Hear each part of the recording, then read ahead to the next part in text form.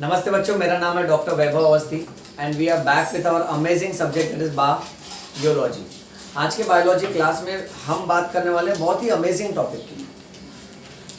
बच्चों, कभी सोचा है कि कभी कभी ऐसा होता है हमारे बॉडी से हम ज़्यादा क्वांटिटी यूरिन पास करते हैं और कभी कभी ऐसा होता है कि हमारे बॉडी से बहुत थोड़ा क्वांटिटी का यूरिन पास होता है। जब हम धूप में ज्यादा घूमते हैं तो कम यूरिन होता है और डार्क येलो कलर का यूरिन होता है। अगर किसी को हद से ज्यादा डायरिया यानी हद से ज्यादा लूज मोशन हो जाए तो फिर भी उसको बहुत कम क्वांटिटी का यूरिन पास होता है। कभी सोचा है कि हमको प्यास कैसे लगती है, हमारे होंठ और गला क्यों सूखता है? यस बच्चों, ये सारा का सारा जो किस्सा है ना, ये पानी से रिलेटेड है कि यहाँ हमारे बॉडी को, हमारे किडनी को तय करना होता है। It has to decide how much water should I keep in the body and how much water should I throw out in the form of urine. So ये किडनी को तय करना होता है कि कितना पानी को बचा के रखा जाए और कितने पानी को शरीर के बाहर फेंका जाए। इस एबिलिटी को हम बोलते हैं osmoregulation. So yes my dear students, our topic for today is osmoregulation। अपने आप में बहुत ही important core concept टॉपिक है। इसका कॉन्सेप्ट बहुत ही ज़्यादा important है जो MCQ सॉल्व करने में तुमको हेल्प करेगा और तुम्हारे थियरी पेपर में भी तुमको हेल्प करेगा। ना ऑस्मोरेगुलेशन के बारे में अगर हम डिस्कस करें तो ऑस्मोरेगुलेशन को हम लोग 3 पार्ट्स में पढ़ने वाले बेटा। ओके, ऑस्मोरेगुलेशन में शुरुआत में हम पढ़ेंगे ADH मैकेनिज्म के बारे में, उसके बाद हम पढ़ेंगे जग्गा रास के बारे में। जग्गा यानी हम इसको मजाक में जग्गा बोल रहे हैं, तुम इसको JGA भी बोल सकते हो। JGA इतना बार बार बोलेंगे थोड़ा तकलीफ हो जाती है, तो हमारे स्टाइल में हम इसको जग्गा बोलेंगे। जग्गा रास मैकेनिज्म और लास्ट में है ANF मैकेनिज्म। ओके, सो बच्चों ये जो लेक्चर है ना, इस लेक्चर को हम 3 पार्ट्स में डिवाइड करेंगे। First I am going to talk only about ADH mechanism. Second I am going to talk about जग्गा RAAS mechanism. Third I am going to talk about ANF। Now the thing is बेटा, textbooks में अगर देखोगे तो ये हमको paragraph के form में मिलता है और ये पूरा का पूरा जो कॉन्सेप्ट है अपने आप में काफी ज्यादा कॉम्प्लिकेटेड हो जाता है। बट मैं डॉक्टर वैभव अवस्थी तुमको एकदम स्टैंडर्ड पैटर्न में ये सिखाऊंगा बेटा। इसको हम लोग फ्लो चार्ट्स और प्रोटोकॉल के फॉर्म में पढ़ के लेंगे ताकि ये कॉन्सेप्ट हमको हमेशा के लिए याद हो जाए। यही कॉन्सेप्ट फर्स्ट ईयर मेडिकल के लिए भी एक्सट्रीमली इंपॉर्टेंट है बेटा। So let's begin now. If we pay attention to this word osmoregulation, what do we understand? We understand that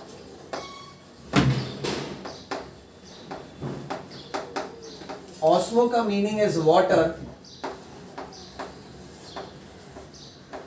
and regulation यानी regulate करना। regulate करना यानी कंट्रोल करना। अब किडनी को ये कंट्रोल करना होता है कि शरीर में कितना पानी रहे और कितना पानी हम इस्तेमाल करके यूरिन के माध्यम से फेंक दें। ऐसे याद रखो बच्चों, किडनी ना हमारे मदर की तरह है, मम्मी की तरह। जैसे ही वॉचमैन बोलता है आज पानी कम है, यानी आज पानी का सप्लाई कम है, सो मदर के अंदर की किडनी जाग जाती है। The mother behaves like kidney. फिर मदर क्या करेगी? Osmo regulation. वो पूरे घर में कंट्रोल करेगी कि कितना पानी कौन इस्तेमाल करेगा। फिर कैसे? तुम्हारी मदर तुमको बोलेगी अच्छा ठीक है, तुम एक काम करो, तुम ज्यादा पानी बर्बाद मत करो। अब अगर पानी कम है और तुम ब्रश कर रहा है और तुमने नल खुला रखा है, immediately you will receive a flying chappal from your mother. Okay, तो मदर चिल्लाएगी, तुमको डांट देगी कि अरे भाई पानी कम है, क्यों बर्बाद कर रहे हो। सो किडनी भी ऐसे ही करता है। अगर शरीर में पानी की कमी है सो किडनी क्या करता है ना, यूरिन में बहुत कम से कम पानी बर्बाद करने की कोशिश करता है। इस टॉपिक का नाम रेगुलेशन क्यों लगा है? Because this is just like regulator of the fan. बेटा पंखे का रेगुलेटर देखा है ना हमने। अब रेगुलेटर क्यों बोलते हैं? क्योंकि अगर हम पंखे की स्पीड बढ़ा सकते हैं तो हम स्पीड घटा भी सकते हैं। So if you can increase the speed, you can also decrease the speed. Similarly, my dear students, यहाँ पे जो तीन मैकेनिज्म हम पढ़ने वाले हैं, ये तीन में से जो पहला दो मैकेनिज्म है, पहले दो मैकेनिज्म की वजह से हमारे बॉडी का ब्लड प्रेशर और ब्लड वॉल्यूम जो कम हो गया है वो वापस से बढ़ के नॉर्मल हो जाएगा। सो ये दो मैकेनिज्म क्या करेगा? ये तुम्हारे ब्लड वॉल्यूम और ब्लड प्रेशर को बढ़ाएगा। और लास्ट मैकेनिज्म जो है ये क्या करेगा? ये तुम्हारे ब्लड वॉल्यूम और ब्लड प्रेशर को कम करके वापस नॉर्मल कर देगा। तो हमारे बॉडी में ब्लड वॉल्यूम और ब्लड प्रेशर का नॉर्मल वैल्यू होता है। अब ये ब्लड का वॉल्यूम अगर कम हो जाए, ब्लड वॉल्यूम और ब्लड प्रेशर कम हो जाए, तो इसको बढ़ा के नॉर्मल करने का काम ये दो मैकेनिज्म का है। और यही बेटा ब्लड वॉल्यूम और ब्लड प्रेशर अगर हद से ज्यादा हो जाए तो इसको घटा के नॉर्मल करने का काम लास्ट मैकेनिज्म का है। अब ये कैसे काम करेगा, ये बहुत ही ज्यादा अमेजिंग टॉपिक है, तुम सिर्फ ध्यान देते जाओ बेटा। ओके, अब मान के चलते हैं हमारे शरीर में बहुत ही कठिन परिस्थिति है। There is a difficult situation in our body where our body is losing excess of water. शरीर से पानी का लॉस हो रहा है। अब पानी का लॉस किन किन हालातों में होगा? एक मान के चलते हैं, अगर भाई हमको बहुत ज्यादा वॉमिट हुआ, अगर बहुत उल्टी हो गई तो शरीर से पानी का लॉस हो गया ना बेटा। फाइन, फिर एक मान के चलते हैं कि भाई हमको बहुत ज्यादा डायरिया हो गया, लूज मोशन हो गया, हमने इधर उधर खाना खा लिया, contaminated food and water. You never know which vada pav is a सड़ा पाव। तो तुमने खराब खाना या तो खराब पानी पी लिया है, उसके हिसाब से लूज मोशन हो रहा है। अब लूज मोशन में भी कैसे ज्यादा से ज्यादा पानी का लॉस होता है बेटा। अच्छा, और तो और समझो, फॉर एग्जाम्पल हमको बहुत पसीना आ रहा है, हद से ज्यादा पसीना। देखो मैं यहाँ ज्यादा इंग्लिश नहीं लिख रहा हूँ, so this is not sweat, this is excessive sweating. Okay, वो तुम समझ जाओ बेटा, ठीक है, राइट? क्योंकि मुझे ये कंप्रेस करके तुमको सिखाना है और सारे पॉइंट्स कवर करने बेटा, सो समझते जाओ। तो अगर हद से ज्यादा पसीना आ रहा है, ऐसा कब होगा? जब तुम धूप में ज्यादा घूमते हो। ओके, एक्सट्रीम सिचुएशन में इसको सनस्ट्रोक बोलते हैं। सनस्ट्रोक में शरीर की पानी जितनी भी है, जितना भी वाटर लेवल है ना, वो कम हो जाता है बेटा, और हद से ज्यादा सिर दुखने लगता है, फिर चक्कर आता है। आगे इसके साथ साथ शायद ऐसा भी हो सकता है कि हम पानी कम पी रहे, that means we have decreased thirst, हमारे पानी की प्यास कम है। अब इन सब हालातों में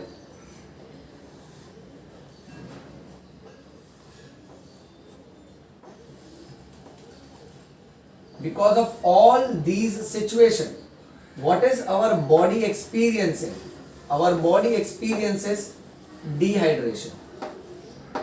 Now my dear students, dehydration में भी D मतलब removal, hydra means water, so removal of water and important electrolytes, electrolytes यानी सोडियम, पोटेशियम, क्लोराइड्स, ये जो important है ना, मिनरल्स और सॉल्ट्स है जो हमारे बॉडी के, ओके, इसका भी लॉस होता है बेटा। सो पानी के सहित ये भी निकल जाता है। इस कंडीशन को हम बोलेंगे डिहाइड्रेशन।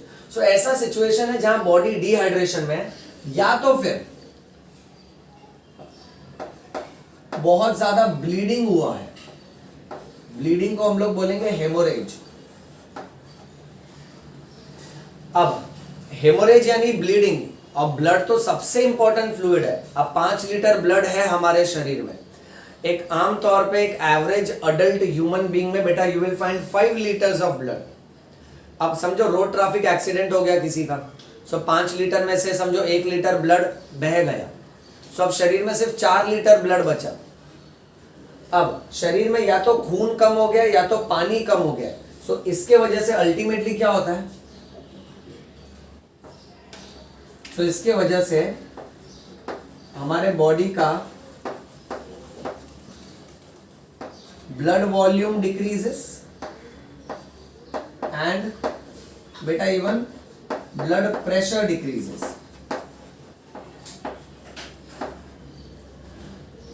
अब जब पानी कम हो जाएगा या खून कम हो जाएगा तो उसके वजह से हम ये डायरेक्ट समझ सकते हैं ना कि ब्लड का वॉल्यूम कम हो जाएगा और उसके वजह से ब्लड का प्रेशर भी कम हो जाएगा। अब सोचो ये तुम्हारा ब्लड का वेसल है, ओके, ये एक पाइप है। अब इसको अगर मैं पूरा भर दिया हूं पानी से, ओके बेटा, अगर ये पूरा पानी से भरा है, सो तुम जब नल चालू करोगे ना तो तुमको पानी एकदम फोर्स में आएगा, प्रेशर से आएगा। बट इस पाइप के अंदर अगर सोचो पानी एकदम कम है तो तुम नल चालू करोगे ना तो तुमको पानी एकदम कम प्रेशर से आएगा। सो बेटा यहाँ पे डिहाइड्रेशन होने की वजह से ब्लड वॉल्यूम भी कम हो जाता है और ब्लड प्रेशर भी कम हो जाता है। अब जब भी ब्लड वॉल्यूम और ब्लड प्रेशर कम हो जाता है ना तो ब्रेन के लिए मुसीबत वाली बात है। Brain is the boss. Cerebrum क्या करता है ना, ऊपर बैठे, केंद्र में बैठा है, सेंटर में बैठा है, ब्रेन हेड ऑफिस में बैठा है, ऊपर हेड ऑफिस, हेड में बैठा है, हेड ऑफिस। कितना मस्त जा रहा है ना बेटा, ओके। हेड में बैठे बैठे ब्रेन ना नाराज हो जाता है क्योंकि ब्रेन को कंटिन्यूअस ब्लड सप्लाई चाहिए। ब्लड सप्लाई क्यों चाहिए बेटा? बिकॉज ब्लड के अंदर ऑक्सीजन और ग्लूकोज होता है। सो ये ब्रेन को कंटिन्यूअस चाहिए रहता है और इसको देता कौन? हार्ट। सो हार्ट जब ब्लड को पंप करता है ना, वो ग्रेविटी के खिलाफ जाके सबसे पहले ब्रेन को अपना हिस्सा दे देता है। अब समझो अगर हमारा ब्लड वॉल्यूम और ब्लड प्रेशर कम हो गया, जैसे कि मैं तुमको बोल रहा था, रोड ट्रैफिक एक्सीडेंट हुआ, 1 लीटर ब्लड वेस्ट हो गया, ब्लीडिंग हो रहा है, हेमोरेज, अब सिर्फ 4 लीटर बचा है। अब 4 लीटर होने के वजह से ब्रेन को उतना ब्लड नहीं मिल पाएगा जितना उसको नॉर्मली मिलना चाहिए। सो ब्लड का वॉल्यूम भी कम हो गया और दूसरा ब्लड का प्रेशर भी कम हो गया। अगर कम प्रेशर से ब्लड ऊपर की तरफ जाएगा ब्रेन के पास, सो ब्रेन को उतना ब्लड नहीं मिल पाता जितना उसको नॉर्मली मिलना चाहिए। इसके वजह से ब्रेन बहुत स्मार्ट है। ब्रेन अपने ब्लड के वॉल्यूम और प्रेशर को, अपने ब्लड सप्लाई को वापस से पाने के लिए ना पूरे बॉडी को बोल देता है कि देखो मुझे मेरा हिस्सा चाहिए, तुम तुम्हारा कॉम्प्रोमाइज करो। इसलिए कैसा है ना, क्या कुछ पल के लिए ब्रेन है ना चक्कर पैदा कर देता है, हमको चक्कर आता है। जैसे बीपी कम हो जाता है ना हमारा, हमको चक्कर आता है, चक्कर आता है, हम गिर जाता है। ब्रेन जानबूझ के हमको गिरा देता है क्योंकि लाइंग डाउन पोजीशन में the blood supply to the brain increases. So ये उसका मैकेनिज्म है। बट चक्कर आवे उसके पहले किडनी अंदर ही अंदर मैनिपुलेशन करता है, उसको बोलते हैं ऑस्मो रेगुलेशन। अब ये कैसे मैनिपुलेट करेगा ये हम लोग देखते हैं। सो अब हम लोग देख रहे हैं कि ब्लड का वॉल्यूम कम हो गया, ब्लड का प्रेशर कम हो गया, इसको बढ़ा के नॉर्मल करना है। अब इसको नॉर्मल करने का काम 2 मैकेनिज्म का है, एडीएच मैकेनिज्म और जग्गा-रास मैकेनिज्म, जिसमें से अभी एडीएच मैकेनिज्म टारगेट करते हैं बेटा। सो जैसे ही ब्लड वॉल्यूम और ब्लड प्रेशर कम हो जाएगा,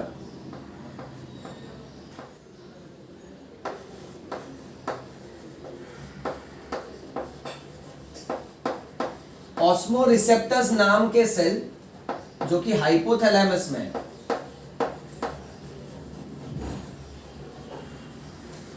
ये स्टिमुलेट हो जाते हैं, ये एक्टिव हो जाते हैं।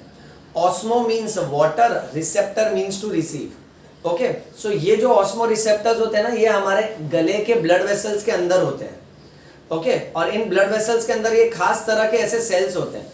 एक जो प्रेशर को डिटेक्ट कर सकता है उसको बैरो रिसेप्टर्स बोलते हैं, और जो पानी के कंटेंट को डिटेक्ट कर सकता है उसको ऑस्मो रिसेप्टर्स बोलते हैं। सो ये पाइप है, समझो तू और मैं ऑस्मो रिसेप्टर्स है। सो जैसे ये पानी ऊपर की तरफ जा रहा है, ये ब्लड ऊपर की तरफ जा रहा है ब्रेन के पास, सो तू और मैं सेंस कर सकता है कि नॉर्मली कितना ब्लड जाता है और नॉर्मली कितना ब्लड नहीं जाता है।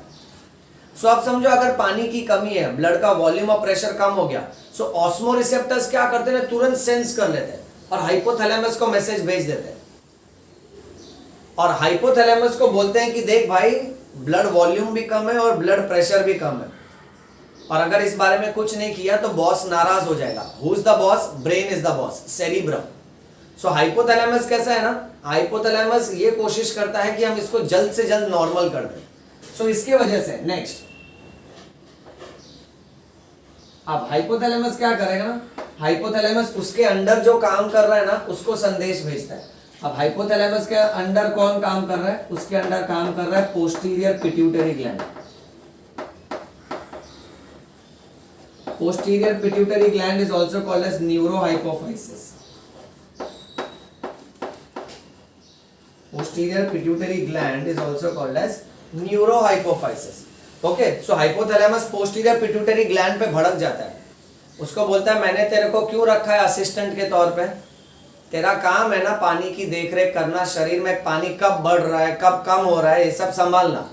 अब ब्लड का वॉल्यूम कम हो गया, ब्लड प्रेशर कम हो गया, उसके वजह से अगर ब्रेन को, बॉस को उतना ब्लड नहीं मिलेगा तो चक्कर आएगा, सारे ऑर्गन्स को घुमा देगा, नचाने लगेगा वो। तो तुम क्या कर रहा है? तो पोस्टीरियर पिट्यूटरी हाइपोथैलेमस को बोलता है साहब रुको मैं काम करता है, ज्यादा प्रेशर मत दो, काम करता हूं मैं। ओके, तो बोलता है जल्दी काम कर, वॉमिटिंग हुआ है जल्दी काम कर, डायरिया हुआ है, अपने को ब्लड के वॉल्यूम और प्रेशर को वापस से नॉर्मल पे लाना है। फिर पोस्टीरियर पिट्यूटरी क्या करता है ना, पोस्टीरियर पिट्यूटरी ये हार्मोन छोड़ देता है जिसको बोलते हैं एडीएच। दिस बेटा, जहां एडीएच का फुल फॉर्म है एंटी डाययूरेटिक हार्मोन। क्या फुल फॉर्म है बेटा? Anti diuretic hormone. Now anti diuretic hormone के संबंध में एक बेसिक ये याद रखेंगे कि अपने बायो में डाययूरेटिक या तो डाययूरेसिस वर्ड आएगा ना, इसका सिंपल सा मीनिंग समझ के लो। डाई का मतलब होता है डबल, और यूरेटिक और यूरेसिस का मतलब होता है urine quantity. Urine quantity. So अगर हम लोग बोलेंगे पेशेंट को डाईयूरेसिस हो गया है, यानी वो डबल यूरिन क्वांटिटी पास कर रहा है, यानी समझो एक दिन में हम लोग 1.5 लीटर यूरिन पास करते हैं, we are passing 1.5 litres of urine. But अगर किसी पेशेंट को डाईयूरेसिस है सो डबल करो उसका, so that patient will pass 3 litres of urine. ऐसे कंडीशन को हम डाईयूरेसिस बोलते हैं। डॉक्टर्स बहुत सारी दवाइयां ऐसी देते हैं जो डाईयूरेटिक का काम करती है। सो डाईयूरेटिक क्या करता है ना, तुम्हारे यूरिन के क्वांटिटी को डबल कर देता है। अगर दिन में तुम 2 लीटर यूरिन पास कर रहे हो तो डाईयूरेटिक नाम की दवाई उसको 4 लीटर कर देगी बेटा। ओके, यानी यूरिन के क्वांटिटी को बढ़ा के डबल कर देते हैं। बट हमारा जो हार्मोन है उसका नाम क्या है? उसका नाम डाईयूरेटिक हार्मोन नहीं है, उसका नाम है एंटी डाईयूरेटिक हार्मोन। अब एंटी का मतलब होता है खिलाफ। ये बहुत ही मस्त सा, एकदम ही मजाक वाला शब्द है। बायोलॉजी और हमारे समाज के हिसाब से देखें तो इसको ऐसे याद रखो, this is just like aunty. Aunty का मतलब होता है खिलाफ। अब हमारे रिश्तेदारों में जो आंटी होती है, आंटी हमेशा हमारे खिलाफ होती है।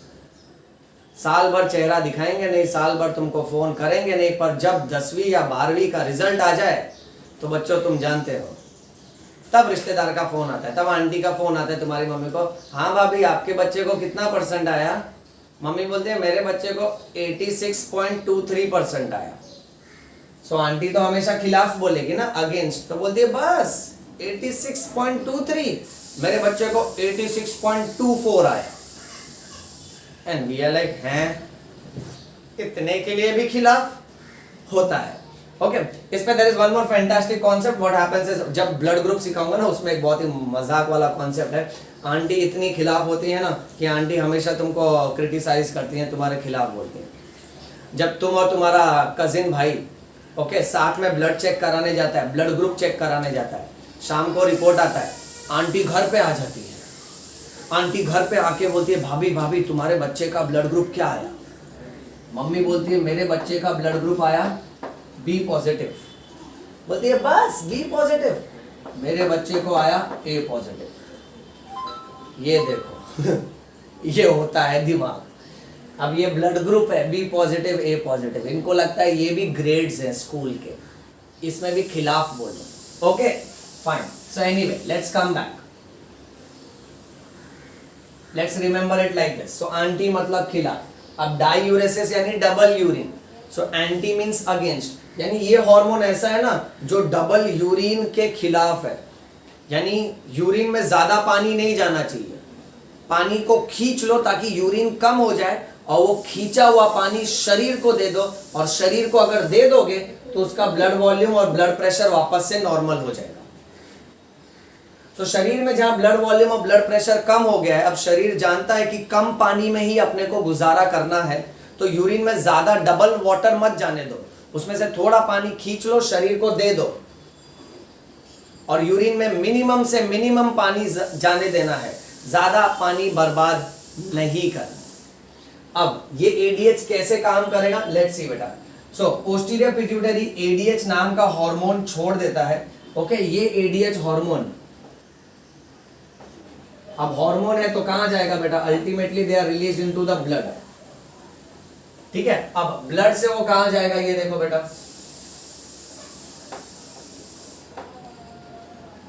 अब blood vessels will carry it to all different parts of the body. Okay, so blood के माध्यम से किडनी तक पहुंचेगा, किडनी के अंदर नेफ्रॉन में पहुंचेगा। ओके, सो यहां भी नेफ्रॉन ड्रॉ कर देता है। ये है Bowman's capsule, PCT. Let us say suppose for example Henle's loop,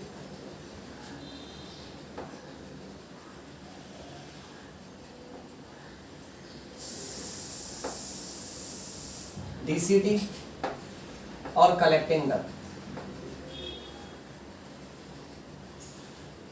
okay, अच्छा बच्चों, मैं इसको ना यूं लिखते जा रहा हूं, पर तुम क्या करना, एक पेज पे कंटिन्यूस इसको एक के नीचे एक लिखना बेटा। ओके, अब ये एंटी डाययूरेटिक हार्मोन नेफ्रॉन तक आएगा,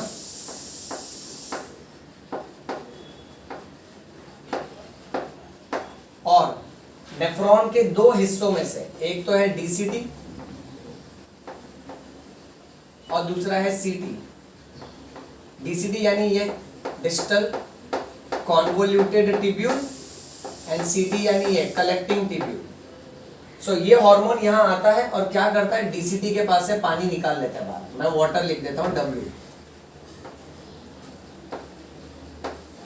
और कलेक्टिंग ट्यूब्यूल से भी पानी एब्जॉर्ब करवाता है।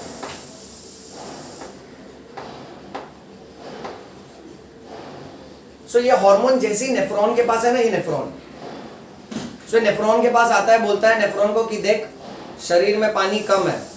तो नेफ्रॉन पूछता है भाई क्यों शरीर में पानी कम है, तो बताता है भाई देखो उल्टी हुई है, या तो जुलाब हुआ होगा, या तो बहुत पसीना आया है, या तो भाई आज पानी आया ही नहीं, हमने पानी पिया ही नहीं है, शरीर में पानी की कमी है। तो नेफ्रॉन बोलता है मैं कैसे मदद कर सकता हूँ तुम्हारी, तो बोलता है सिंपल है, मेरा नाम एडीएच है, एंटी डाययूरेटिक हार्मोन, मुझे पोस्टीरियर पिट्यूटरी ग्लैंड ने रिलीज किया है। उनको संदेश आया था हाइपोथैलेमस के पास से, और हाइपोथैलेमस कैसे है ना, सेरिब्रम के असिस्टेंट है, जो ब्रेन है ना उसके असिस्टेंट है। तो कुछ भी करके हमको पानी चाहिए, हमको ज्यादा से ज्यादा पानी दो, तुम ना अपने यूरिन में पानी थोड़ा कम कर दो। तब नेफ्रॉन बोलता है कोई प्रॉब्लम नहीं है, थोड़ा पानी देता है, ठीक है, डीसीटी से ले लो और सीटी से ले लो। सो डिस्टल कॉन्वोल्यूटेड ट्यूब्यूल और कलेक्टिंग ट्यूब्यूल से वाटर रीएब्सॉर्ब होता है। अब ये जो वाटर रीएब्सॉर्ब हो रहा है ना, this reabsorbed water goes to the body। So ये रीएब्सॉर्ब्ड वाटर ना शरीर को दे दिया जाता है, और जैसे ही ये रीएब्सॉर्ब्ड वाटर शरीर को मिल जाएगा, जो ब्लड वॉल्यूम कम हो गया था, अब उसमें और पानी आया ना, सो जो वॉल्यूम नॉर्मल से कम हो गया था वापस से नॉर्मल हो जाएगा। सो इसके वजह से the blood volume becomes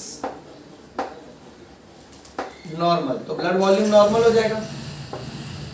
sir पर ब्लड प्रेशर का क्या, क्योंकि प्रेशर तो चाहिए ना ब्लड को ऊपर ढकेलने के लिए, गले के नसों के माध्यम से वो ब्लड ब्रेन को जा रहा है, तो उसके लिए प्रेशर चाहिए ग्रेविटी के खिलाफ, क्योंकि न्यूटन चाचा बीच में आ रहा है ना, बोल रहा है ग्रेविटी, सो प्रेशर चाहिए। तो सर ब्लड प्रेशर का क्या, हाँ अब ब्लड प्रेशर का क्या होगा ना, एडीएच का एक और नाम है, एडीएच को वेसोप्रेसिन भी बोलते हैं, उसके गांव में लोग उसको वेसोप्रेसिन के नाम से भी जानते हैं। उसका एक और नाम है क्योंकि उसका एक और काम है। So my dear students, ADH का एक और काम है। ओके, वेसोप्रेसिन क्यों बोला है, क्योंकि वो क्या काम करता है, वेसो का मतलब होता है वेसल, और प्रेसिन का मतलब कंस्ट्रिक्ट करना। सो ये ब्लड वेसल्स के डायमीटर का कंस्ट्रिक्शन करवाता है, इसीलिए इसका नाम है वेसोप्रेसिन। जब हम बोल रहे डायमीटर का कंस्ट्रिक्शन करवाएगा, यानी क्या करवाएगा, ये देखो, ये है नॉर्मल डायमीटर, एक ब्लड वेसल, एक पाइप को देख रहे हैं हम लोग बेटा, ठीक है, ये इसका नॉर्मल डायमीटर है।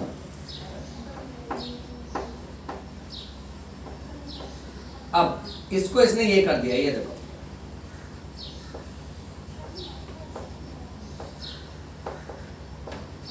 कंस्ट्रिक्ट कर दिया।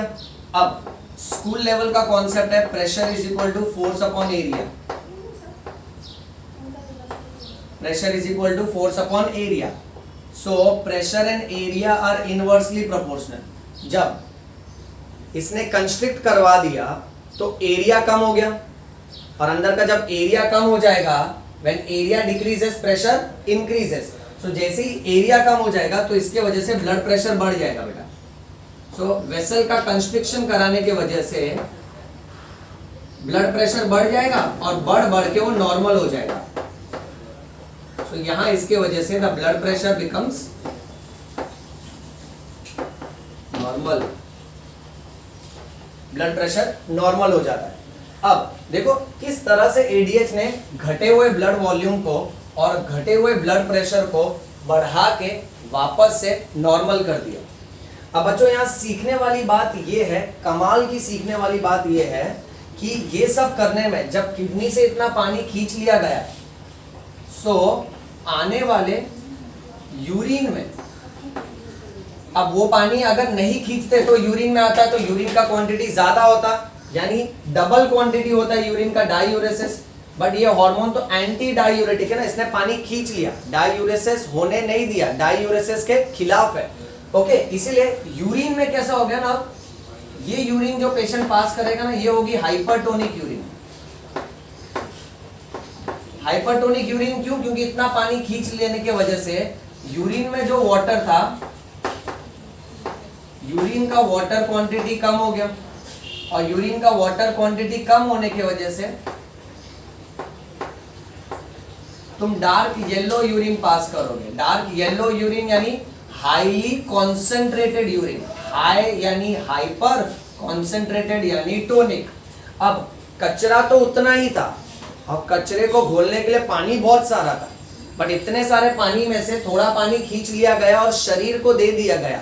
सो अब कचरा उतने का उतना ही है, पर पानी कम कर दिया।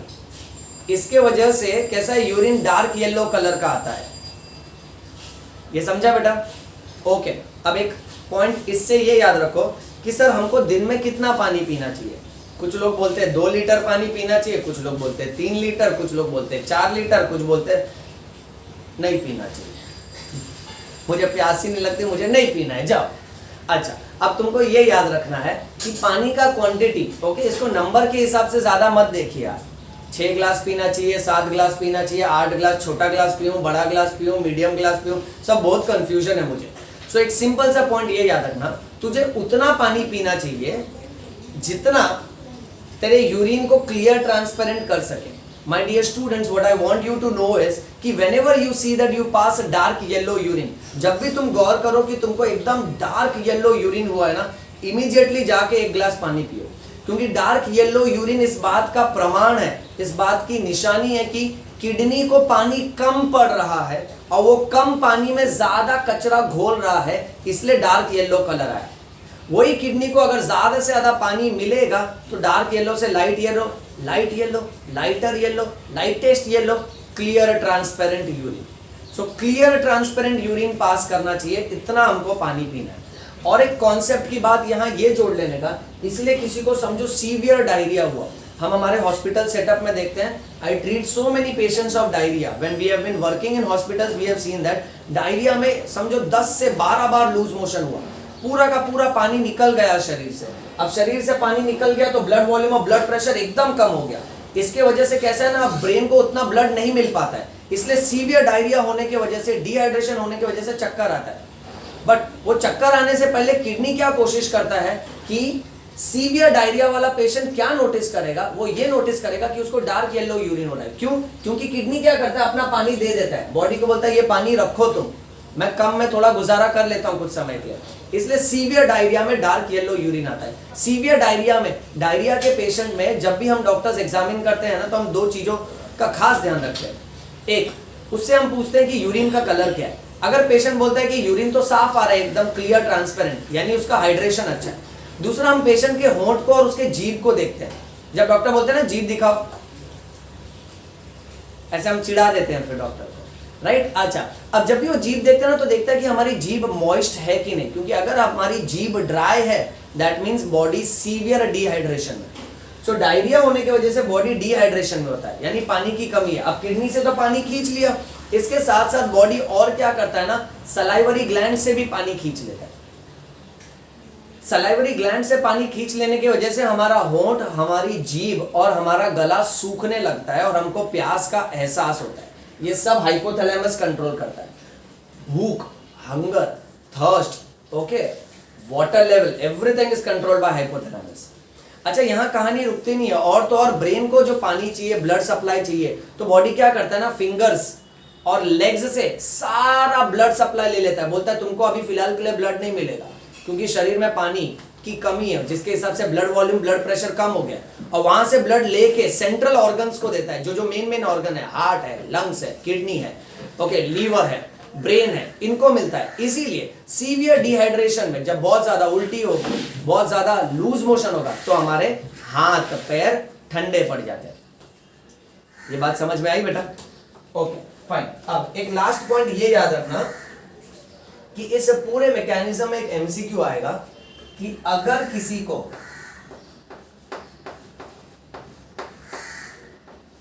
एडीएच की कमी है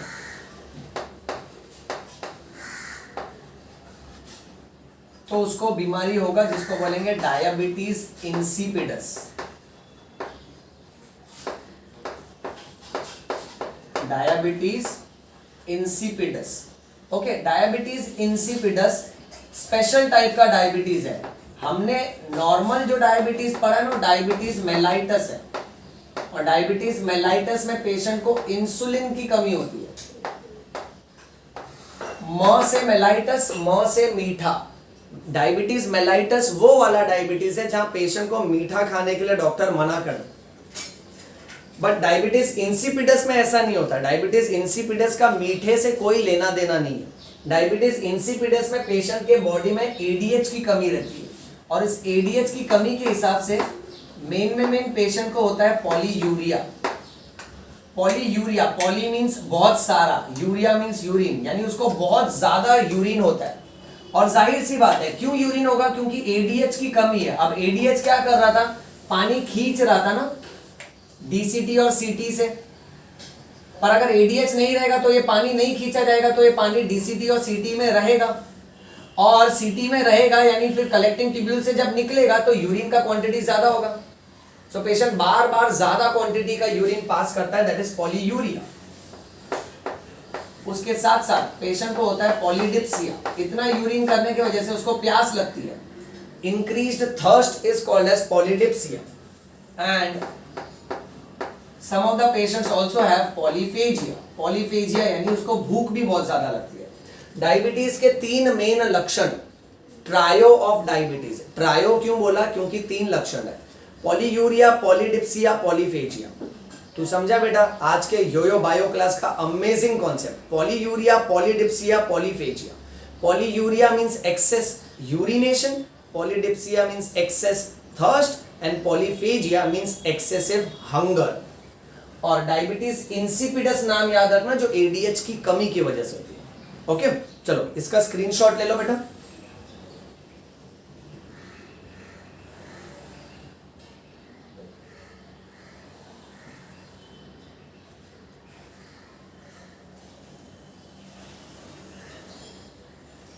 ये आगे बढ़ते हैं।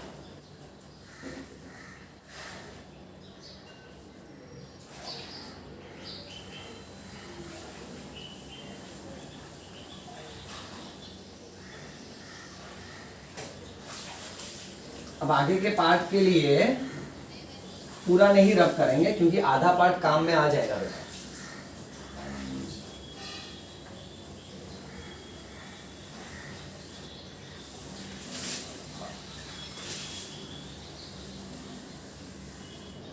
सुनते जाओ, बहुत कमाल का टॉपिक है बेटा।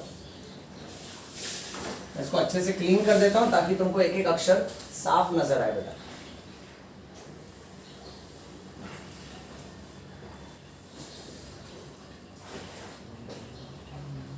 ओके, अब सेम सिचुएशन लेते हैं। इसको फिजूल रब कर दिया मैंने। ऑस्मो मीन्स वाटर, रेगुलेट यानी कंट्रोल करना। Okay,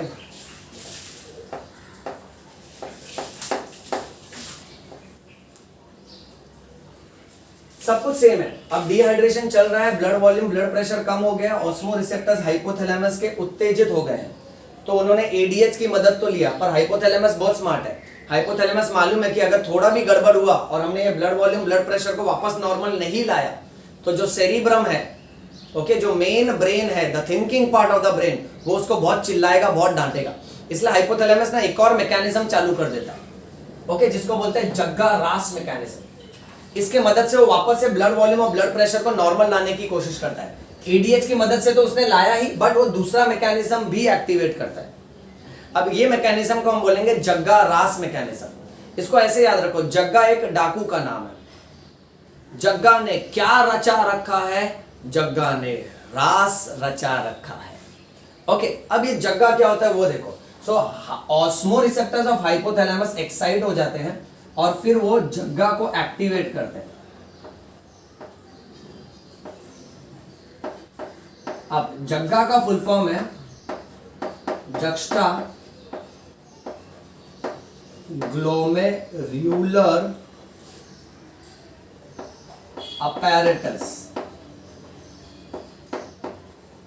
juxta glomerular apparatus. अब यहां सोचने की बात यह है कि जग्गा में जो जे है उसका मीनिंग है जक्स्टा। जक्स्टा का एक्चुअल मीनिंग होता है नियर, यानी नजदीक। कितना हाई फाई वर्ड है देखो। अभी बेटा कैसा है ना कि आज के बाद कभी भी नियर शब्द का इस्तेमाल मत करना, जक्स्टा बोलने का, जक्स्टा। अगर तुम स्टेशन के पास पहुंचे हो, दोस्त का फोन है, हेलो कहाँ है तू, तो बोलने का आई एम जक्स्टा स्टेशन।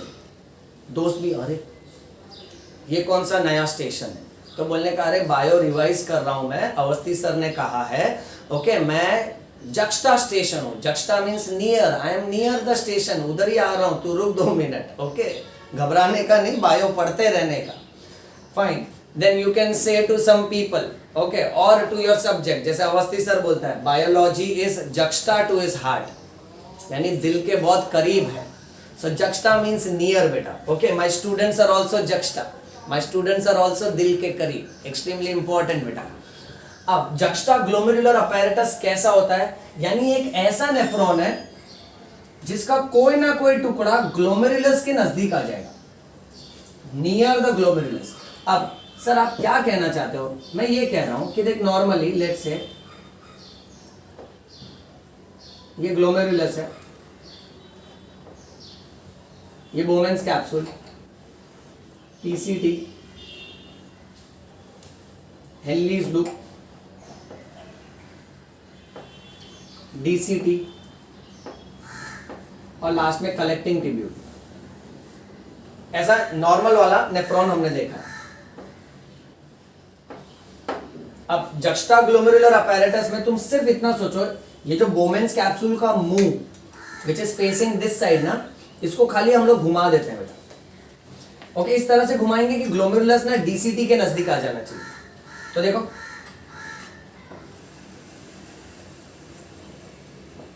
ये बोमेन्स कैप्सूल, अब इसको मैं थोड़ा बड़ा ड्रॉ कर रहा हूं, ये ग्लोमेरुलस है क्योंकि मुझे ये चाहिए आगे कॉन्सेप्ट के लिए।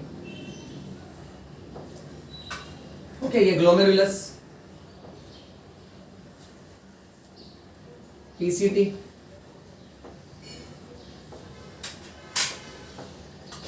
उसके बाद हेनलीज लूप,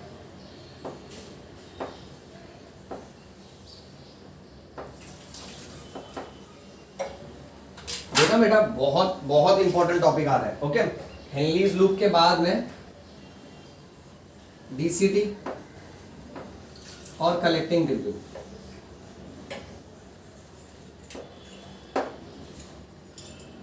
सारे नेफ्रॉन ऐसे सीधे सीधे होते हैं ऐसा नहीं होता है। ओके, कुछ नेफ्रॉन ऐसे होते हैं। अब इस नेफ्रॉन में क्या हो रहा है, देखो ये ग्लोमेरुलस है। अब मैं यहां लिख देता हूं, इसको शॉर्ट में लिख देता हूं जी, यानी ये ग्लोमेरुलस है। अब ग्लोमेरुलस जो है इसके नजदीक आ गया, इसको बोलते हैं DCT.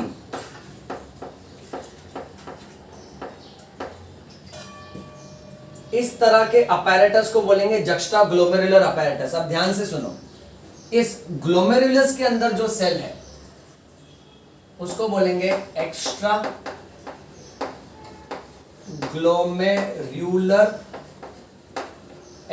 Glomerular mesangial sales.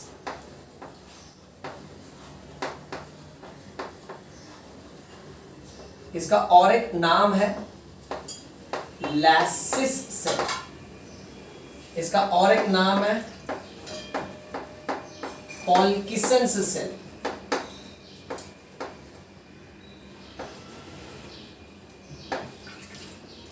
There is one more name called as Gumetaggia cells. Anyway, यहां तक ही याद रखो.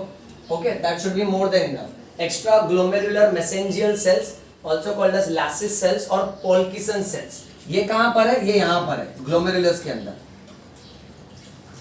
फिर DCT में,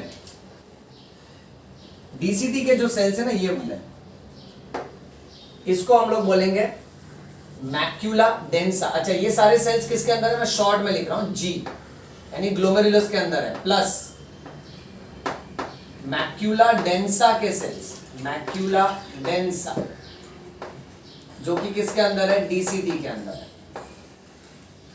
अब ये लैसिस सेल और मैक्यूला डेंसा, ये दोनों को मिला के, this plus this together is called as Jagga,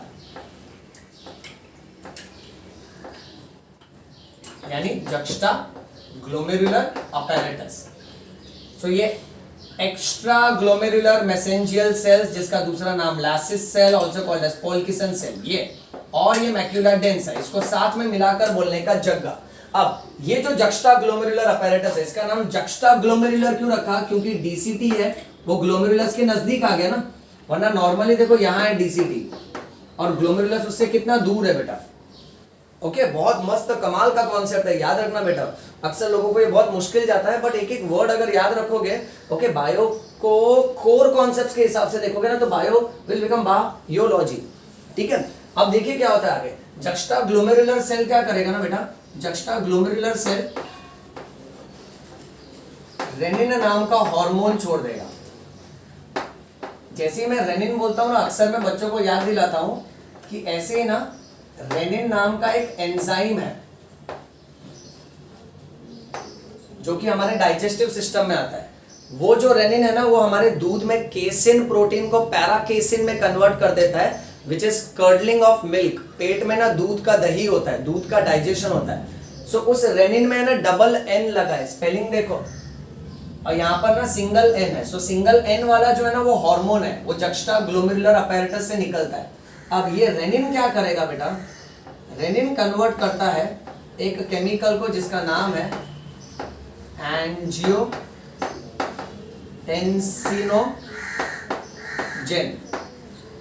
angiotensinogen, sir ये केमिकल कौन बना रहा है? इस केमिकल को लीवर के सेल्स बनाते हैं।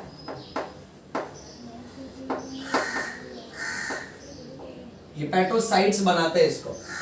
रेनिन इसको एंजियोटेंसिनोजेन को कन्वर्ट कर देगा एंजियोटेंसिन 1 में।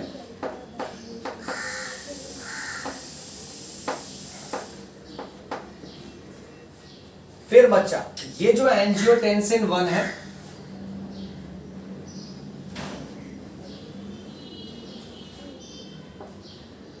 अब ये वाला स्टेप बहुत इंपॉर्टेंट है।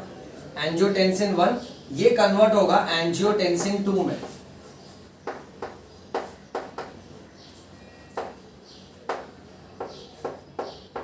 और इसको कन्वर्ट करके कौन देगा? इसको कन्वर्ट करता है एंजियोटेंसिन कन्वर्टिंग एंजाइम, जो कि कहां से निकलता है? हमारे लंग्स से निकलता है बेटा। इसका फुल फॉर्म याद रखना, एंजियोटेंसिन कन्वर्टिंग एंजाइम। अब एंजियोटेंसिन 2 क्या करेगा? एंजियोटेंसिन 2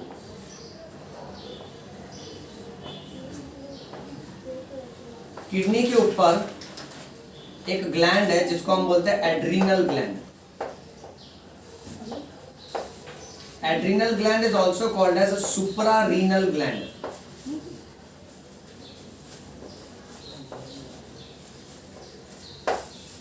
ओके, उस एड्रिनल ग्लैंड में ओके बाहर के एरिया को बोलते हैं कॉर्टेक्स, एड्रिनल कॉर्टेक्स, अंदर के एरिया को बोलते हैं एड्रिनल मेड्यूला। अब मैं यहां लिख देता हूं, उस एड्रिनल ग्लैंड के कॉर्टेक्स वाले लेयर को स्टिमुलेट करेगा और कॉर्टेक्स में भी सेकेंड लेयर को स्टिमुलेट करेगा। कॉर्टेक्स में 3 लेयर होते हैं, ओके, जोना ग्लोमेरुलोसा, जोना फैसिकुलेटा और जोना रेटिकुलरिस। ओके, ऐसे 3 लेयर होते हैं।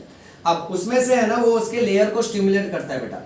अब जैसे वो कॉर्टेक्स को स्टिमुलेट करेगा ना, सो कॉर्टेक्स में से एक हार्मोन निकलता है जिसका नाम है अल्डोस्टेरॉन।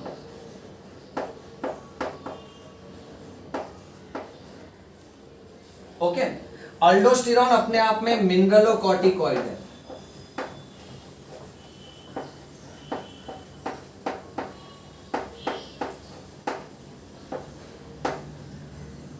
ये आ रहा है एड्रिनल कॉर्टेक्स से। Okay, now here what you have to remember is कि ये अल्डोस्टेरॉन जैसे ही निकलेगा ना ब्लड में, सीधा जाएगा किडनी के अंदर और किडनी के अंदर जाके ये नेफ्रॉन पे काम करेगा। अब ये नेफ्रॉन पे अलग तरीके से काम करता है। ये देखो, ये Bowman's capsule, PCD, Henle's loop, DCD और कलेक्टिंग डक्ट। अब ये नेफ्रॉन के डीसीडी के पास आता है और डीसीडी से ना ये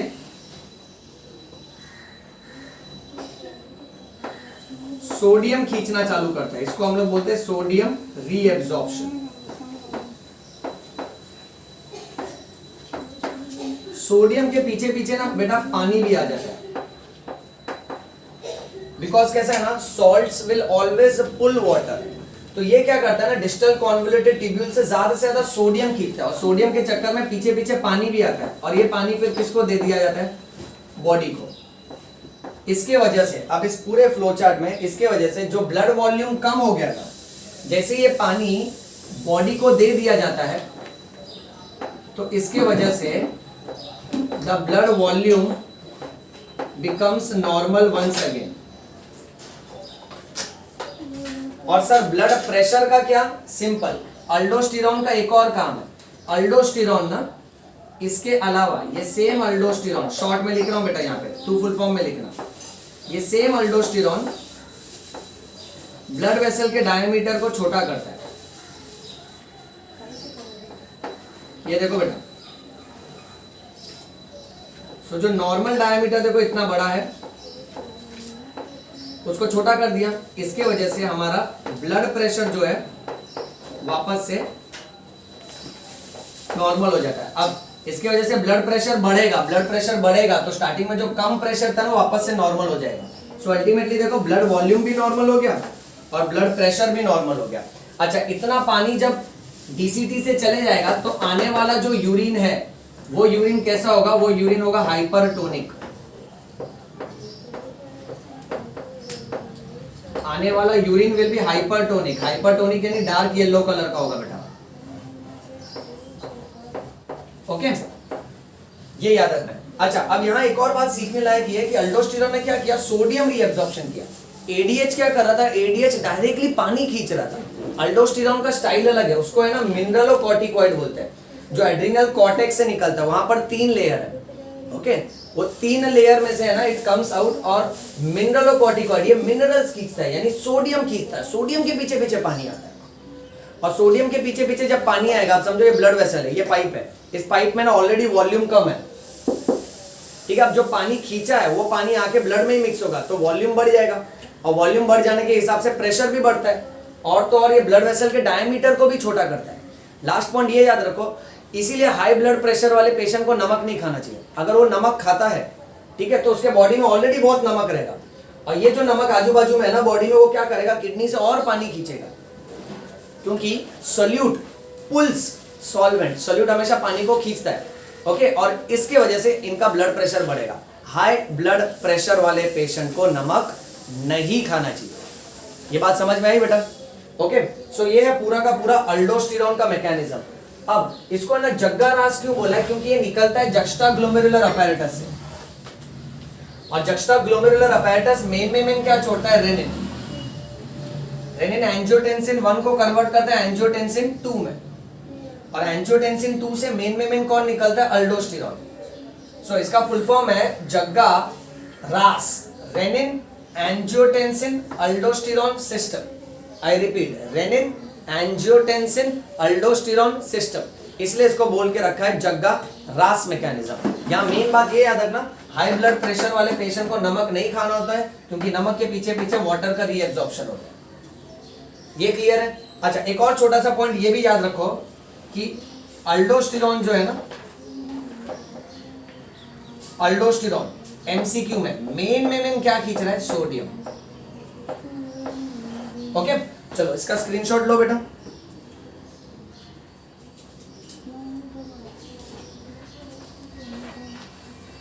डन, चलो आगे बढ़ते हैं। अब ये पार्ट रब कर देता हूं, अब लास्ट एक छोटा सा ही पार्ट है बेटा, ये टॉपिक हो जाएगा हमारा।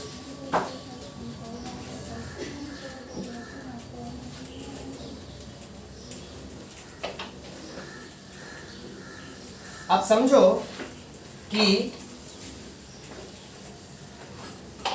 लास्ट पार्ट के हिसाब से बेटा, अब ये दो मैकेनिज्म अगर चलते ही रहा तो जो ब्लड वॉल्यूम और ब्लड प्रेशर कम हो गया था, ब्लड वॉल्यूम भी कम हो गया था, ब्लड प्रेशर भी कम हो गया था। क्यों? डिहाइड्रेशन था। सो एडीएच मैकेनिज्म की वजह से ब्लड वॉल्यूम ब्लड प्रेशर बढ़ा, जग्गा रास मैकेनिज्म की वजह से वो और बढ़ा, बढ़ के नॉर्मल हो गया, पर ये काम करते ही जा रहा है, अब ये तो नॉर्मल से भी ज्यादा हो रहा है। सो अगर ऐसा कोई सिचुएशन है, इफ ऐसा कोई सिचुएशन है जहां पर blood volume is more than normal, normal से ज्यादा हो चुका है, हद से ज्यादा, और ब्लड प्रेशर भी इज मोर देन नॉर्मल। अब ब्लड वॉल्यूम और ब्लड प्रेशर हद से ज्यादा हो गया। देखो, हम इसको रेगुलेटर ऑफ फैन से क्यों कंपेयर किया? क्योंकि हम जब ब्लड वॉल्यूम ब्लड प्रेशर की क्वांटिटी को बढ़ा सकते हैं, तो अगर वो बहुत ज्यादा बढ़ गया तो उसको घटाना भी आना चाहिए, और उसको घटाने के लिए लास्ट मैकेनिज्म है बेटा, दैट इज एएनएफ मैकेनिज्म। सो अगर ब्लड वॉल्यूम और ब्लड प्रेशर हद से ज्यादा हो गया, सो इतना सारा ब्लड जिसका वॉल्यूम बढ़ गया, समझो 5 लीटर के बदले 5.5 लीटर 6 लीटर हो गया अगर, सो इतने ब्लड को पंप करने का काम किसका है? हार्ट का है। सो इतना सारा का सारा blood from the upper half of the body, it comes through one great vein called as superior vena cava, and it opens into the right atrium of our heart.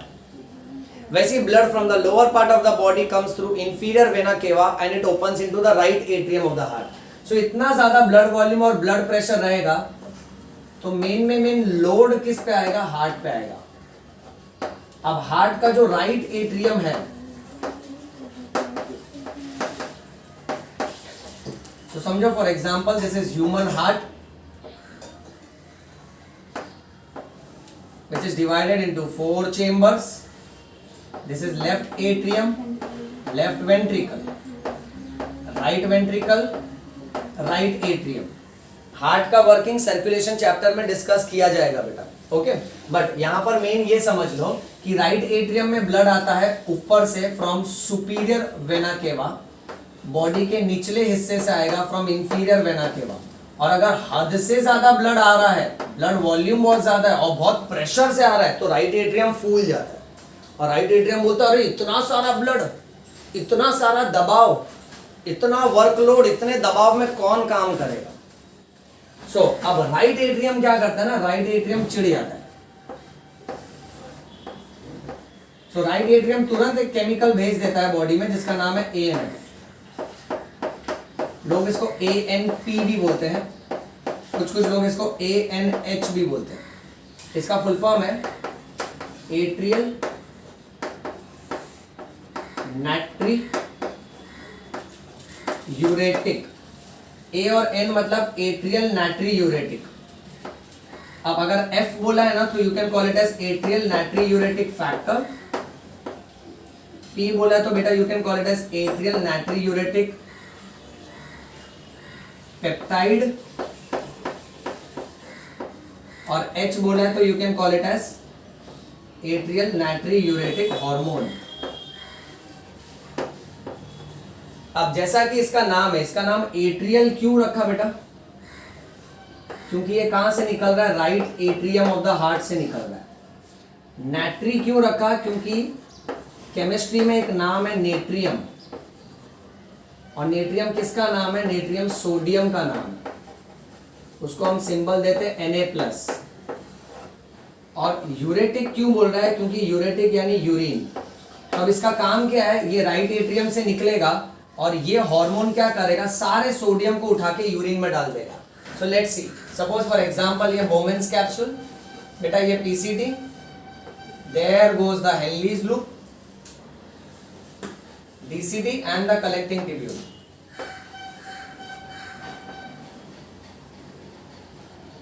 ठीक है, अब यहां देखो, जैसे ही ये हार्मोन आएगा ना, तो अल्डोस्टेरोन क्या कर रहा था? सोडियम को बाहर खींच रहा था, पर ये बाहर से सोडियम को लेके डीसीटी में डाल देगा। ये सोडियम गया अंदर, अल्डोस्टेरोन उसको बाहर खींच रहा था ना, और जैसे ही सोडियम अंदर जाएगा तो सोडियम के पीछे पीछे क्या जाएगा बेटा? पानी चले जाएगा। ओके, सो ANH बोलो या फिर ANF बोलो या तो ANP बोलो, इसका पहला काम क्या है? सबसे पहले ये अल्डोस्टेरोन के एक्शन को इनहिबिट करता है। इनहिबिट करना यानी अल्डोस्टेरोन के कामकाज को स्टॉप कर देता है। दूसरा ये क्या करता है? ये सोडियम का एक्सक्रीशन करवाता है। एक्सक्रीशन यानी सोडियम को बॉडी से उठा के डीसीटी में डालेगा। डीसीटी में डाला यानी वो यूरिन में चले जाएगा ना बेटा, यहां आया तो यूरिन में आ गया, फिर यहां से निकल जाएगा। अच्छा, इसका एक और काम है तीसरा, ब्लड वेसल्स का है ना डायमीटर बढ़ा देगा, जिसको वेजो डायलेशन बोलेंगे। अब वेजो यानी वेसल, तो समझो ये नॉर्मल ब्लड वेसल का डायमीटर है, तो एट्रियल नाट्रियूरेटिक हार्मोन क्या करेगा? उसके डायमीटर को बढ़ा देगा।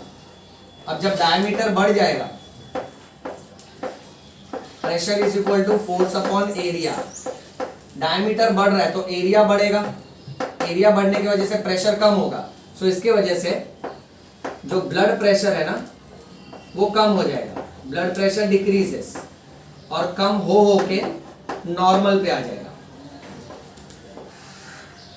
यहाँ पे जो पानी जा रहा था ना शरीर से इतना पानी चले जाएगा ना, तो ब्लड का आधे से ज्यादा हिस्सा पानी है।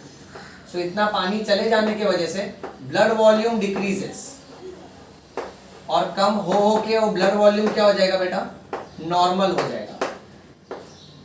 तो ये देखो, यहाँ मेन प्रॉब्लम क्या था कि blood volume is more than normal, normal से ज्यादा हो गया था। सो ब्लड वॉल्यूम को कम करने का तरीका क्या है? एट्रियल नाट्रियूरेटिक हार्मोन क्या करता है? सोडियम को अंदर डाल देता है, पीछे पीछे पानी भी चले जाता है। सो ब्लड वॉल्यूम कम होके नॉर्मल हो गया, और क्योंकि वो वेजोडाइलेशन कर रहा है तो ब्लड प्रेशर को भी कम करके नॉर्मल कर देता है। अब इसके वजह से इतना पानी जब यूरिन में आएगा, तो यहाँ पे जो यूरिन पास होगा वो यूरिन होगा हाइपोटोनिक।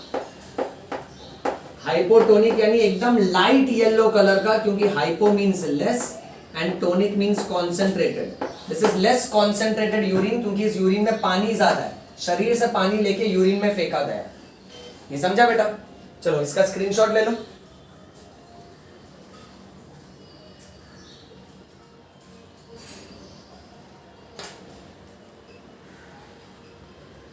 लिया?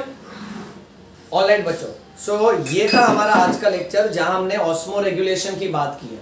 ये लेक्चर का एक क्विक फ्लैश हम डिस्कस कर लेते हैं बेटा। देखो, ये जो चैप्टर है एक्सक्रीशन एंड ऑस्मो रेगुलेशन, इसके दो हिस्से। एक्सक्रीशन में हम सिर्फ इतना सीखते हैं कि किडनी यूरिन कैसे बनाता है, नाइट्रोजिनस वेस्ट को यूरिन के माध्यम से कैसे फेंकता है, that is excretion. Elimination of nitrogenous waste products from the body which happens because of kidney. But अब हम इस चैप्टर के दूसरे पड़ाव पर है जहां हम ऑस्मो रेगुलेशन की बात कर रहे हैं। ऑस्मो रेगुलेशन में हमने क्या सीखा था? ऑस्मो मीन्स वाटर और रेगुलेट करना यानी बैलेंस करना, कंट्रोल बनाए रखना। सो ये किडनी तय करेगा कि शरीर में अगर समझो पानी कम है तो कितना पानी हमको यूरिन में फेंकना चाहिए, कितना पानी खींच के बॉडी को दे देना चाहिए। अब ये ऑस्मो रेगुलेशन के टोटल 3 मैकेनिज्म है। ओके, तुम इसको प्रॉपर फ्लो चार्ट के फॉर्म में कॉपी कर लो अपने रफ नोटबुक में, और फिर कोई भी टेक्स्ट बुक पैराग्राफ या नोट्स पढ़ लो, सारे कॉन्सेप्ट्स बड़े आसान हो जाएंगे। अब इस पानी के लेवल को बैलेंस करने के लिए 3 मैकेनिज्म है, एडीएच मैकेनिज्म और जग्गा रास मैकेनिज्म। ये 2 मैकेनिज्म क्या करता है ना कि जब ब्लड वॉल्यूम और ब्लड प्रेशर नॉर्मल से कम हो जाता है ना, तो एडीएच और जग्गा मैकेनिज्म उसको बढ़ा के नॉर्मल तक ले आता है। फिर यही ब्लड वॉल्यूम और ब्लड प्रेशर अगर नॉर्मल से ज्यादा हो गया है ना, तो एएनएफ मैकेनिज्म उसको घटा के नॉर्मल लाने की कोशिश करता है। इसलिए तो हम इसको रेगुलेटर ऑफ फैन से कंपेयर करते हैं। जहां अगर हम स्पीड घटा सकते हैं तो हम स्पीड बढ़ा भी सकते हैं। अब एक सामान्य सा सिचुएशन मान लो बच्चा कि अभी जब तू और मैं बात कर रहे हैं ना, तो हमारे बॉडी में भी यही हो रहा है। अब समझो 4 या 6 घंटे से हमने पानी ही नहीं पिया, या समझो अगर किसी को लूज मोशन है या वॉमिटिंग है, सो बेसिकली इसके वजह से क्या होता है ना, हमारे शरीर में पानी कम हो जाता है। शरीर में पानी कम होने की वजह से ब्लड वॉल्यूम कम हो जाता है, ब्लड प्रेशर कम हो जाता है।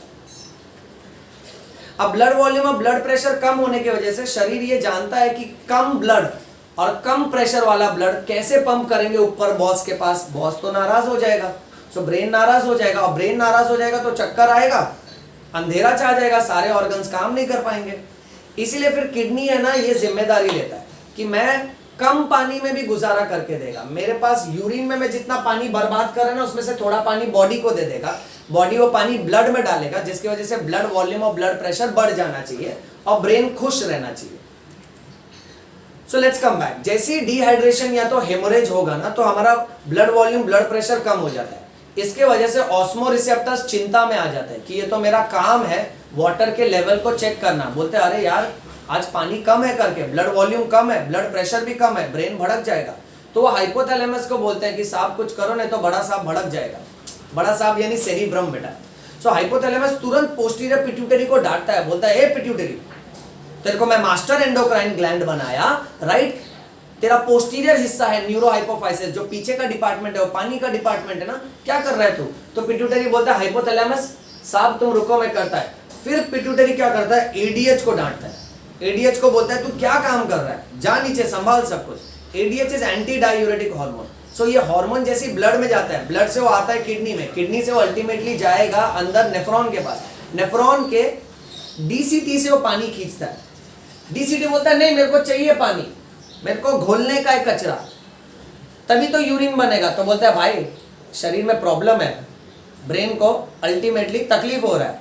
तो डीसीटी बोलता है ठीक है थोड़ा पानी लेके जा। अब जैसे डीसीटी से पानी खींचा तो यूरिन में पानी का प्रमाण कम हो जाएगा, इसलिए हमको कम यूरिन और डार्क येलो यूरिन होता है जब भी हमको हद से ज्यादा उल्टी, हद से ज्यादा लूज मोशन, हद से ज्यादा पसीना, या जब भी हम कम पानी पीते हैं। तो यूरिन क्वांटिटी कम हो गया, यानी किडनी ने अपना मन मार लिया, किडनी ने कॉम्प्रोमाइज किया और पानी दिया बॉडी को, और ये पानी बॉडी से जाता है ब्लड वेसल के अंदर, और इसके वजह से ब्लड वॉल्यूम बढ़ के वापस नॉर्मल हो जाता है। फिर यही एडीएच का दूसरा नाम है वेसोप्रेसिन। ये बड़े बड़े आर्टरीज के डायमीटर को थोड़ा छोटा कर देता है। अब डायमीटर कम होने की वजह से प्रेशर बढ़ जाता है, तो वॉल्यूम भी बढ़ गया, प्रेशर भी बढ़ गया, the blood supply to the brain becomes normal. तो सब कुछ सही चल रहा है। सोचो इसलिए हमको चक्कर नहीं आया, शरीर में पानी कम था पर चक्कर नहीं आया, क्यों? All thanks to ADH and kidney. But समझो अगर बहुत ही ज्यादा डिहाइड्रेशन है, फिर हाइपोथैलेमस क्या करता है, जग्गा रास को है ना एक्टिवेट कर देता है। अब जक्स्टा ग्लोमेरुलर अपैरेटस वो नेफ्रॉन होता है जिसका बोमेंस कैप्सूल यहां देखने के बदले यहां देख रहा है। जब वो यहां देखेगा ना तो डीसीटी और ग्लोमेरुलस एक दूसरे के नजदीक आ जाता है।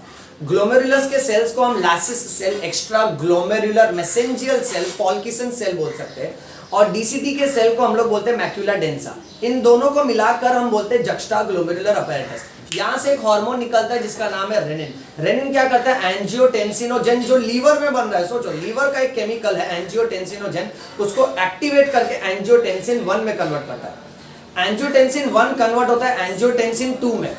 एंजियोटेंसिन 2 में कन्वर्ट करके कौन देता है इसको, एंजियोटेंसिन कन्वर्टिंग एंजाइम, जो कहां से निकलता है, लंग्स से निकलता है। अब एंजियोटेंसिन 2 क्या करता है, ब्लड वेसल के डायमीटर को और भी कम कर देता है, नैरो कर देता है। अब ब्लड वेसल का डायमीटर जैसे ही नैरो होता है ना, तो उसके वजह से ब्लड प्रेशर हमारा बढ़ता है। और तो और ये एंजियोटेंसिन, इसका नाम ही है एंजियो यानी ब्लड वेसल, टेंस यानी नैरो करना। यही एंजियोटेंसिन 2 हमारे एड्रिनल ग्लैंड के कॉर्टेक्स में जाके वहां से मिनरलोकॉर्टिकॉइड एल्डोस्टेरोन नाम का हार्मोन निकलवाता है। फिर अल्डोस्टेरोन क्या करता है, इसी डीसीटी में से सोडियम खींचता है, सोडियम के पीछे पीछे पानी आ जाता है बेटा। अब शरीर में कैसा पानी बढ़ गया, इसलिए ब्लड वॉल्यूम बढ़ जाएगा। और तो और ये अल्डोस्टेरोन और एंजियोटेंसिन ब्लड वेसल के डायमीटर को नैरो करते हैं, तो ब्लड प्रेशर भी बढ़ जाएगा। सो ये ब्लड वॉल्यूम और ब्लड प्रेशर जो नॉर्मल से नीचे था बढ़ बढ़ के नॉर्मल हो गया। पर समझो अगर ये बढ़ बढ़ के नॉर्मल से ऊपर हो गया, अगर ऐसा कोई सिचुएशन है जहां ब्लड वॉल्यूम बहुत ज्यादा है, ब्लड प्रेशर बहुत ज्यादा है, तो इससे तो तकलीफ होगा ना। किसी पाइप में अगर प्रेशर बहुत ज्यादा है तो पाइप फटेगा कभी ना कभी। छोटा पाइप रहेगा, कैपिलरीज रहेगा, इट विल बर्स्ट। ब्रेन का कोई कैपिलरी रहा, फट जाएगा, उसकी वजह से ब्रेन हेमोरेज हो सकता है, ब्लीडिंग हो सकता है। इसलिए हद से ज्यादा वॉल्यूम और प्रेशर को वापस से कम करने का काम है अब एएनएफ मैकेनिज्म। सो इतना सारा वॉल्यूम और प्रेशर जब हार्ट के राइट एट्रियम में आता है, राइट एट्रियम फूल जाता है। इतना ज्यादा वॉल्यूम और प्रेशर देख के राइट एट्रियम चिढ़ जाता है, एट्रियल नाइट्रोयूरेटिक फैक्टर छोड़ देता है, जिसको एट्रियल नाइट्रोयूरेटिक पेप्टाइड, एट्रियल नाइट्रोयूरेटिक हार्मोन भी बोल सकते हैं। ये राइट एट्रियम से निकलता है, इसलिए इसको एट्रियल बोल रहे हैं, और सारे सोडियम को उठा के यूरिन में डाल देगा। इसका काम अल्डोस्टेरोन से अपोजिट है। अल्डोस्टेरोन क्या करता था, डीसीटी से सोडियम बॉडी को देता था। ये क्या कर रहा है, बॉडी से सोडियम डीसीटी को दे रहा है। सोडियम के पीछे पीछे पानी भी जाएगा। अब शरीर से पानी चले गया तो ब्लड वॉल्यूम कम हो जाएगा। सो जो ब्लड वॉल्यूम नॉर्मल से ज्यादा था वो कम हो रहा है। और तो और ये ब्लड वेसल के डायमीटर को भी मोटा कर देता है, जिसके वजह से ब्लड प्रेशर कम होता है। सो जो ब्लड प्रेशर नॉर्मल से ज्यादा था वो भी कम हो जाएगा। और फाइनली इतना सारा जो पानी है वो यूरिन में आएगा, तो यूरिन का कलर एकदम लाइट येलो होगा, which is called as hypertonic urine. ये सब तो चलते ही रहता है। इस हिसाब से शरीर क्या करता है ना, एडीएच और जग्गा के मैकेनिज्म से यूरिन से पानी खींच के शरीर को देता है। और सिर्फ यूरिन से पानी नहीं खींचता, मैंने तुमको बोला तुम्हारे tongue, salivary glands, hands and legs से भी है ना ब्लड और वाटर ले लेगा, बोलेगा तुमको पानी का जरूरत नहीं है, शरीर में पानी की कमी है। इसलिए ना हमारा जीभ सूखता है, होंठ सूखता है, और फिर हम उठ के जाता है और हमको प्यास लगती है, हम पानी पीता है बेटा, तो शरीर में और पानी आता है। सो एडीएच और जग्गा क्या करते हैं, शरीर के वॉल्यूम और प्रेशर को बढ़ाते हैं। और एएनएच क्या करता है, इसी वॉल्यूम और प्रेशर को जो हद से ज्यादा बढ़ चुका है उसको वापस से घटा के नॉर्मल करते हैं। और ये दोनों मैकेनिज्म मिलके ये डिसाइड करते हैं हमारे बॉडी में कितना पानी रहेगा, कितना पानी नहीं रहेगा। ये पूरा पानी का ही तो खेल है, और किडनी के लिए पानी सबसे इंपॉर्टेंट न्यूट्रिएंट है। सो बच्चों, ये था हमारा आज का लेक्चर जहां हमने ऑस्मो रेगुलेशन के बारे में डिस्कस किया है। मैं उम्मीद करता हूं कि तुमको ये सारे लेक्चर समझ में आ रहे हैं। अगर तुमको ये सारे लेक्चर अच्छे से समझ में आ रहे हैं तो इसका प्रॉपर नोट्स बनाओ, okay, and you can just go down in the comment section and you can appreciate and you can share your feedback बेटा। Till then keep reading and keep rocking and keep showing lots of love to this subject. अपने आप में बहुत कमाल का subject है, किस तरह से हमारे शरीर में अभी करंटली काम कर रहा है, okay, that is quite amazing बेटा। Okay, so read bio, bleed bio, yo-yo bio. Namaste.